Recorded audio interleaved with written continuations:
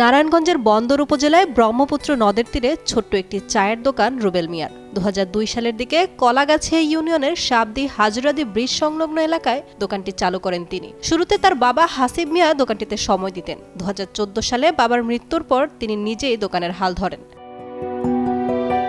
দোকানে ভিন্ন স্বাদের মালাই চা বিক্রি করে ভাগ্য বদলাতে বেশি দিন সময় লাগেনি তার। বর্তমানে রুবেল মিয়ার ভাইরাল মালাই চায়ের খ্যাতি ছড়িয়ে পড়েছে গোটা নারায়ণগঞ্জে। সম্প্রতি চা বিক্রির লাভের টাকা থেকে মাদ্রাসা নির্মাণের জন্য ৯% জমি দান করে সারা ফেলে দিয়েছেন রুবেল। সেখানে এখন গড়ে উঠেছে মাদ্রাসা, লেখাপড়া করছে অর্ধশতাধিক শিক্ষার্থী। দিনের কাজে আল্লাহ রাসূলের মহব্বত আর কি আমি এটা দান করে দিয়েছি আর কি। এই দানের উদ্দেশ্য লেগে আপনার এটা আমার বাবার নাম ডাক জীবন তো জমিন থাকবে, কেমত নাই জীবন তো আমার প্রতিষ্ঠানও থাকবে, আমার বাবার নামও থাকবে, এবং আমাদের যে আঞ্জুমান ট্রাস্টে হুজুর কেবলার নাম দিয়েছে তাদের নামও থাকবে। স্বপ্ন আছে একটা মাদ্রাসা করবো ইনশাল্লাহ। আমার বাড়ির মিদে আমি ৩০% জায়গার মিদে ৯% জায়গা আমি আঞ্জুমান ট্রাস্টে দিয়ে দিছি সুন্নিয়তের খেদমতে। ইনশাল্লাহ আমাদের ৩ মাসের মধ্যে আমরা মাদ্রাসাও করছি। জানা যায় ২০২৪ সালের শেষের দিকে হাজরাদি এলাকায় মাদ্রাসাটির নির্মাণ কাজ শেষ হয়। নাম রাখা হয় কাদেরিয়া তাহেরিয়া সাবেরিয়া হাসেবিয়া মাদ্রাসা। চলতি বছরের জানুয়ারিতে এর কার্যক্রম শুরু হয়। এখন ৭ জন শিক্ষকের তত্ত্বাবধানে মাদ্রাসাটিতে শিক্ষার্থীরা পড়ালেখা করছে। এই ঈদে জামা জুতো অ্যাকসেসরিজের ডিসকাউন্ট।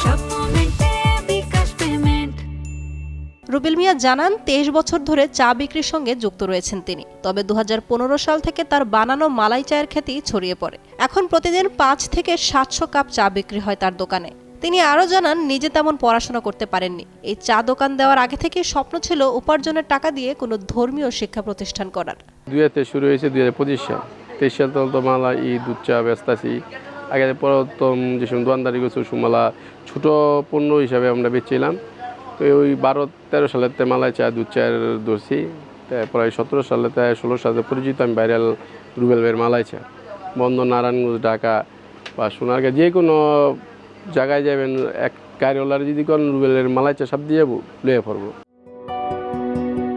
কাদেরিয়া তাহেরিয়া সাবেরিয়া হাসেবিয়া মাদ্রাসার অধ্যক্ষ জানান রুবেল মিয়া সহ আরও কয়েকজনের উদ্যোগে এই মাদ্রাসা নির্মাণ করা হয়। উদ্যোগের ৩ মাসের মধ্যে কার্যক্রম শুরু করা সম্ভব হয়েছে। তো ওনারা উদ্যোগ নিয়ে ৩ মাসের মধ্যেই এই মাদ্রাসাটা অর্থাৎ এই প্রতিষ্ঠানটা তিনারা নির্মাণ করেন।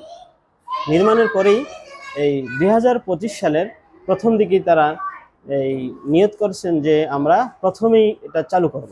৩ মাসের মধ্যে এত দ্রুত কোনো মাদ্রাসা বা কোনো প্রতিষ্ঠান কোনো জায়গায় হয়নি।